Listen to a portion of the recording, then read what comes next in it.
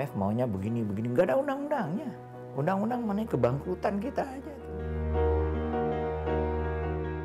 Kesannya itu kan grup ini kan sangat kental ya, satu sama lain karena hubungan kerja kita di fakultas. Inilah kesempatan terakhir bagi Indonesia untuk tinggal landas. Kalau tidak, Anda akan ketinggalan di landasan.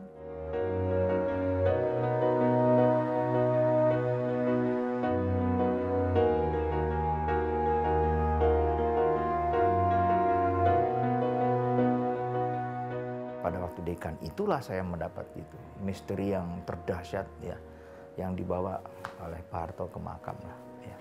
Saya sebagai dekan diangkat dengan kepres yang kedua, saya masih ingat, sebagai senior expert untuk masalah ekonomi sosial dan budaya di gerakan non-blok, di non-alignment movement yang ketuanya adalah Pak Harto.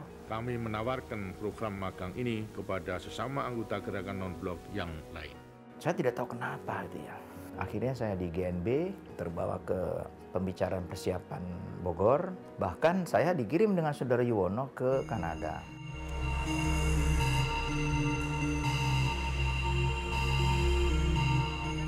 Pas kita pulang meledak peristiwa di Thailand. Kekacauan yang luar biasa di BAT, sehingga BAT itu kehilangan nilai puluhan persen, 40% kalau tidak salah. Hanya dalam berapa minggu. Teman saya banyak di Bangkok yang dulu juga terlibat di dalam peristiwa demonstrasi.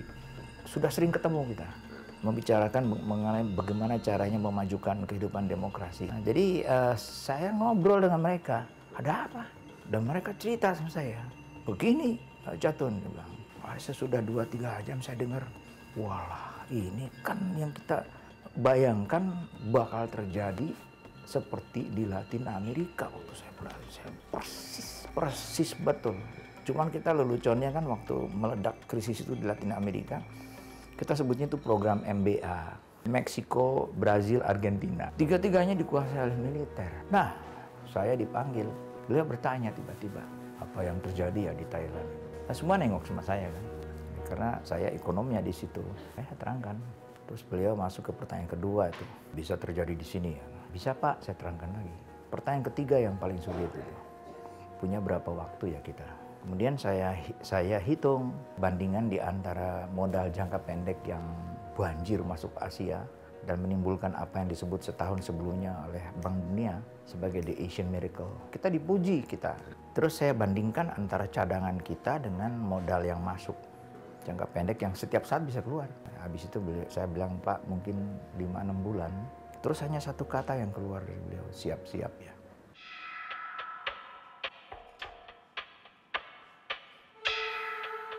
Sebulan kemudian saya dipanggil lagi, Pak Bus, Pak Ramli saya. Nah ini triknya, saya di mobil dikasih tahu, Anda mau dijadikan dubes oleh Pak Harto. Bah, saya bilang mana mungkin, saya ribut dulu dengan beliau kan dari dulu. Kita tanya ya, silahkan aja saya bilang. Jadi bertanya Pak Bus, tanya, Pak Harto betul bahwa kami akan kehilangan chief advisor kami gitu ya. Nah, beliau nggak lihat saya di sana, lagi baca huruf besar itu. Iya, kalau yang bersangkutan bersedia menerimanya. Itu dia. Semua lihat saya ya sudahlah. Coba bayangkan ya, gimana coba jawabnya itu. Cuman satu, terima kasih kan begitu. Di rumah saya nggak bisa cerita loh sama Nyonya. Karena Nyonya kan sedang hamil waktu saya ditahan. Marah istri saya kan. Ya tapi lah cerita itulah akhirnya November persetujuan dari Amerika keluar, Februari saya dilantik, Maret saya disuruh berangkat. Biasanya itu sesudah dilantik ada pidato dari presiden untuk tugas ini.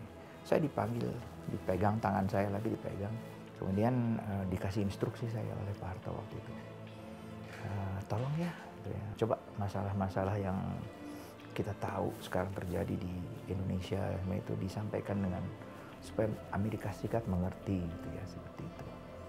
Bahwa kita sudah berusaha dan sebagainya. Beliau agak 10 menit lah.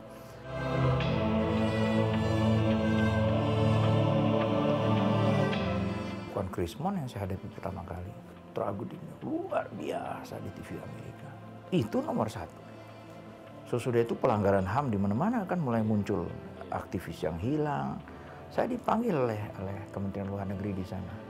Itu kan teman-teman Anda di rumah saya. Coba tanyalah, mungkin kalau Anda yang tanya, ya, mereka mau kasih tahu itu. Tapi kemudian makin hebat ekonominya. Tadinya cuma kurs kan. Akhirnya seluruh perbankan bubar. 320 lebih bank kita habis. Ratusan ribu perusahaan macet. Itu baru mulai. Nah, di tengah-tengah Jakarta yang masih terbakar itu, kalau nggak salah minggu pertama saya dipanggil oleh Pak Habibie. Jadi Saudara Dubes tolong setiap bulan ada di Jakarta untuk koordinasi dengan saya. Walah, uangnya nggak ada. Jadi waktu itu tiba-tiba semua dana mengering. Gaji kami terlambat, ya, kami tidak bisa kerja lembur, takut nggak bisa bayar listrik, kantor-kantor ditutup, pegawai lokal 200-an lebih kita berhentikan, diplomat-diplomat kita pulangkan. Begitu hampir tak punya negara kita. Tapi saya diperintahkan dan diberikan dana ya, oleh Pak Habibie lewat perintah ke Akbar. Waktu itu Seknek dipanggil Pak Akbar.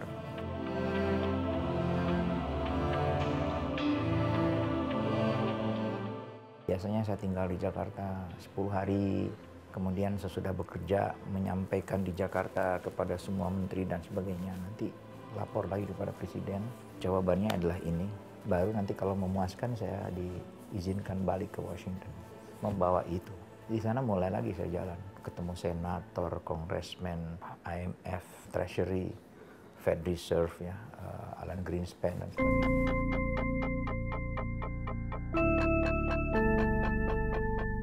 Jadi ketika IMF itu ditandatangani oleh Pak Harto, hebat ya, ironisnya tanggal 15 Januari ya, 98 pada waktu Kamdesu begini itu. Saya mulai melihat bahwa rusak ekonomi kita. Sehingga daftar kerjasama dengan IMF itu lebih dari 130 ya, butir-butirnya. Jadi itu hampir boleh dikatakan tidak akan bisa selesai dalam 5 tahun saya perhatikan.